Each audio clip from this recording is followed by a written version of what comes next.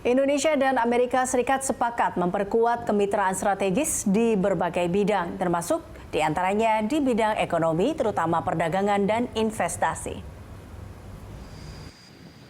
Menerima kunjungan Menteri Luar Negeri Amerika Serikat Mike Pompeo di Istana Bogor pada 29 Oktober 2020, Presiden Joko Widodo menyambut baik kemitraan strategis yang terjalin antara kedua negara. Penguatan kerjasama disepakati di berbagai sektor termasuk ekonomi. Indonesia mengharapkan Amerika Serikat memperpanjang fasilitas Generalized System Preference atau GSP yang merupakan insentif keringanan bea masuk bagi barang-barang yang diimpor oleh negara paman SAM tersebut. Indonesia juga mengundang investor untuk masuk, terutama pada pembangunan pulau-pulau terluar, antara lain di Natuna.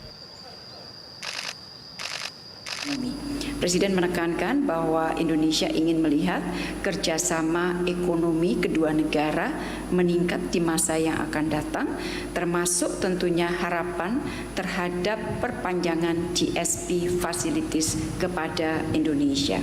Dari pihak Sekretari Pompeo menyampaikan tentunya senang bisa berkunjung kembali ke Indonesia dan menyampaikan komitmen kuatnya untuk melanjutkan kemitraan komprehensif strategis dengan Indonesia termasuk di bidang ekonomi, dan Amerika akan mendorong lebih banyak pengusaha Amerika untuk melakukan economic engagement dengan Indonesia. Mike Pompeo merespon positif undangan Indonesia untuk meningkatkan investasi. Namun Pompeo mengingatkan bahwa investor memerlukan insentif serta mengharapkan pemerintah Indonesia untuk juga meningkatkan transparansi dan memberantas korupsi.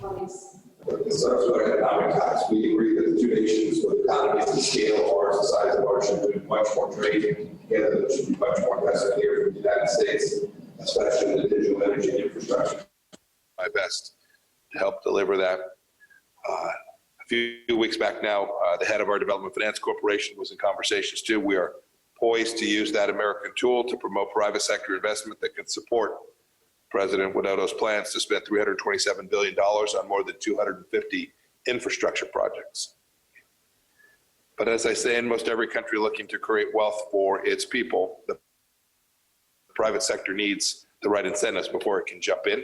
Indonesia's reform agenda is helpful in this regard. We hope you'll keep taking steps to cut red tape, eliminate corruption, and increase transparency. Indonesia dan Amerika Serikat juga menjalin kerjasama dalam penanganan pandemi, di mana pemerintahan Donald Trump telah mengirimkan 1.000 ventilator. Dalam kunjungannya, Mike Pompeo menyampaikan komitmen kuat Amerika Serikat untuk melanjutkan kemitraan strategis dengan Indonesia yang dinilai sebagai negara dengan peran yang khusus di Asia Tenggara, yaitu sebagai jangkar ASEAN. Tim Liputan, Berita 1. Hanya berselang 9 hari, 2 orang pemimpin dari 2 negara besar mengunjungi Indonesia. Perdana Menteri Jepang Yoshihide Suga pada 20 Oktober dan Menteri Luar Negeri Amerika Serikat Mike Pompeo pada 29 Oktober.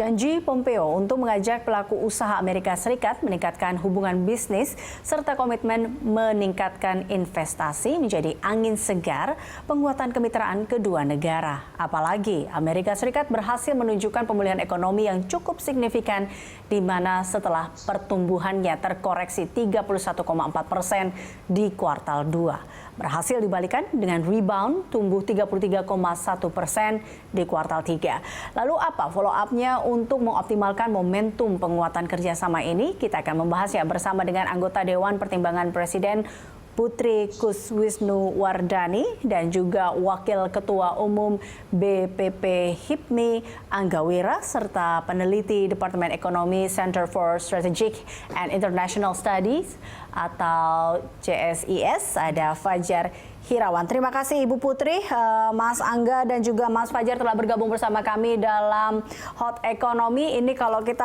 terkait dengan kedatangan, bisa dikatakan ini dua minggu ini, atau kita lihat berselang 9 hari. Sebelumnya ada PM Jepang, lalu saat ini adalah kunjungan Menlu Amerika Serikat. Dari Anda, Bu Putri, Anda melihatnya apa? Membacanya seperti apa sih dengan datangnya 2 pemimpin ini jauh-jauh ke Indonesia? Ya, saya melihatnya bahwa ini signal positif bahwa Indonesia merupakan tempat untuk berinvestasi yang menarik bagi negara-negara besar ya. Di Indonesia sendiri kan terbanyaknya masih Singapura 34,4%, China menyusul 17%, hampir 18%, Hong Kong 13,2%, Jepang yang kemarin PM-nya datang itu 8,9%, Malaysia 5,9%, hampir 6%, dan sisanya 19,7%, termasuk di antaranya tentunya Amerika Serikat. Nah, kenapa dalam 2 minggu terakhir ini tiba-tiba perhatian dari negara-negara besar itu bersamaan datang?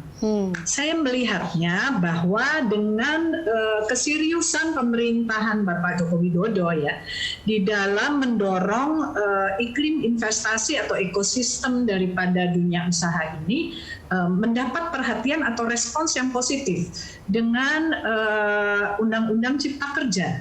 Nah, karena di situ jelas-jelas berusaha untuk mengkat jenjang daripada perizinan yang begitu banyak selama ini yang tentunya menghabiskan biaya yang tidak sedikit bagi investor asing maupun tentunya lokal juga gitu ya. Nah, ini saya melihatnya seperti itu karena timingnya kan timing yang sangat dekat dengan keluarnya Undang-Undang Cipta Kerja ini.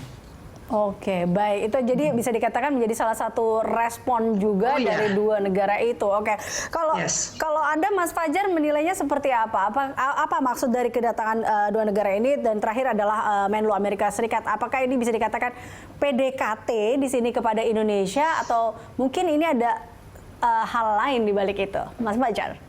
Ya, mungkin sebenarnya di sini kalau kita lihat ya, memang waktunya sangat berdekatan.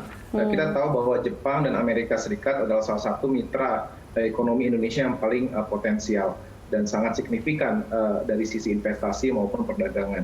Tapi memang sah-sah saja banyak orang berspekulasi bahwa memang ini terkait dengan Undang-Undang Cipta Kerja ataupun Omnibus Law ya, karena memang ada terkait tenaga kerjaan dan juga terkait dengan perpajakan. Pada dasarnya menurut saya ini harus menjadi momentum ya, momentum kenapa? Karena tadi seperti Ibu Putri sampaikan bahwa memang di sini menjelaskan bahwa memang ada semacam keseriusan ya, setidaknya pemerintah Jokowi pada hal ini ya, terkait dengan investasi gitu ya, terkait dengan ekonomi, pada dasarnya memiliki keseriusan. Padahal sebenarnya memang kalau kita bisa lihat dari awal pun di periode pertama Pak Jokowi gitu ya, ketika masih sama Pak Yusuf Kalla, itu juga memang terkait dengan reformasi struktural dan reformasi birokrasi itu adalah sesuatu yang harus menjadi prioritas. Nah, Mike Pompeo tersendiri pada dasarnya kan mereka Pompeo juga meng-highlight ya terkait dengan reformasi birokrasi yang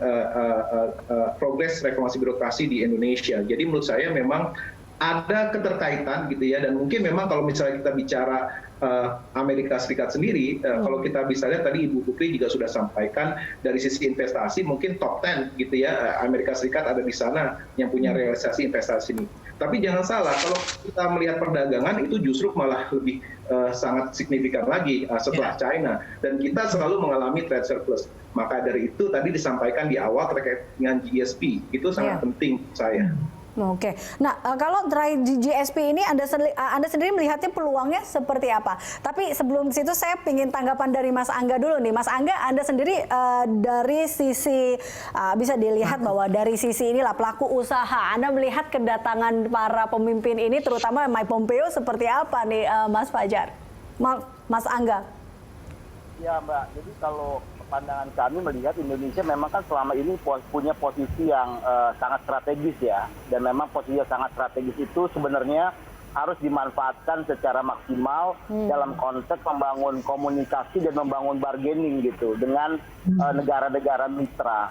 Nah, kita lihat juga mungkin dalam beberapa tahun belakangan boleh dibilang dipersepsikan hubungan kita dengan China cukup erat misalnya seperti itu. Tapi di sisi lain sebenarnya kita kan punya mitra dagang yang memang sudah selama ini bermitra dengan baik, yaitu seperti jadi Amerika Serikat, Jepang. Nah tentunya kedepannya dengan posisi yang seperti ini harusnya memang kita punya bargaining yang cukup kuat juga dalam konteks di mana investasi yang datang ke Indonesia ini harus punya komitmen untuk ahli teknologi. Nah ini hal seperti ini harus kita yakinkan kepada negara-negara mitra kita.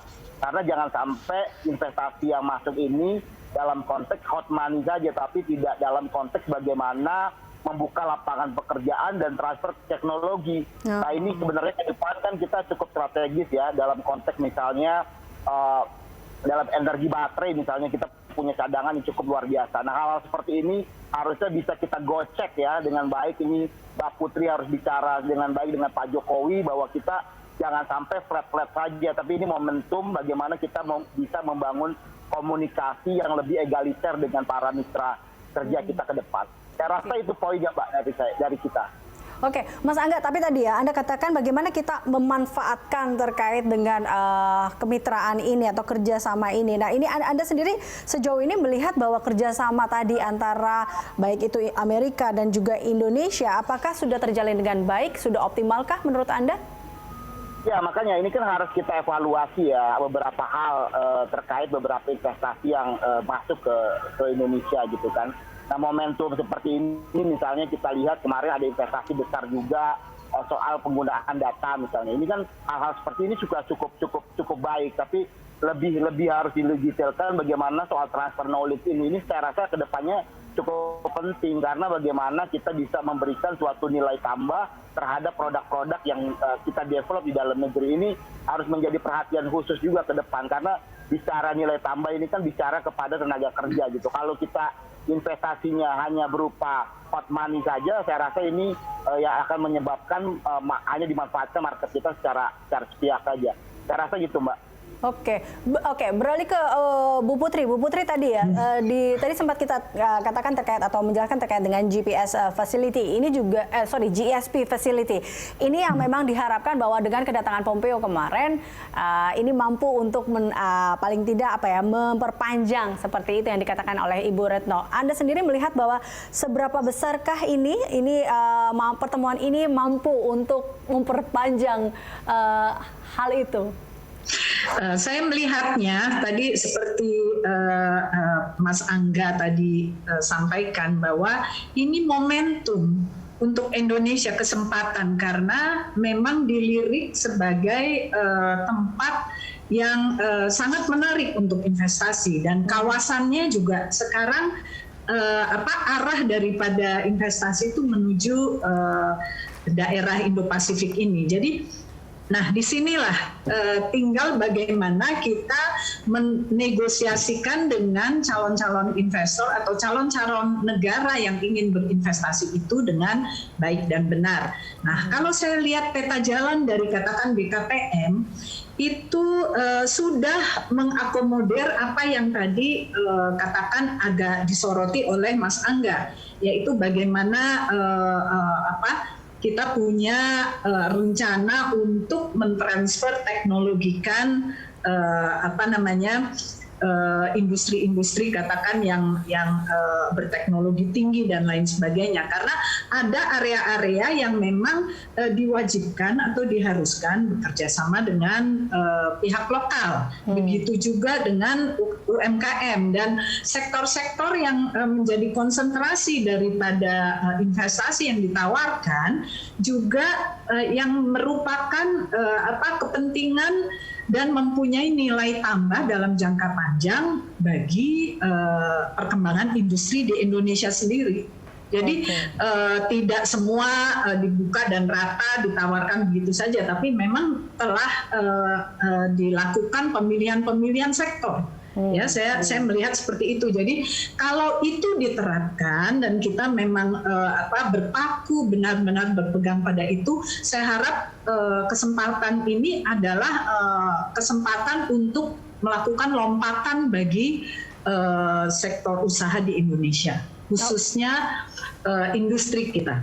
Oke, baik. Termasuk momentum untuk perpanjangan GSP facilities kita ya. Tapi kita akan membahasnya lebih lanjut lagi usai jeda. Pemirsa, tetaplah bersama kami dalam Hot Economy.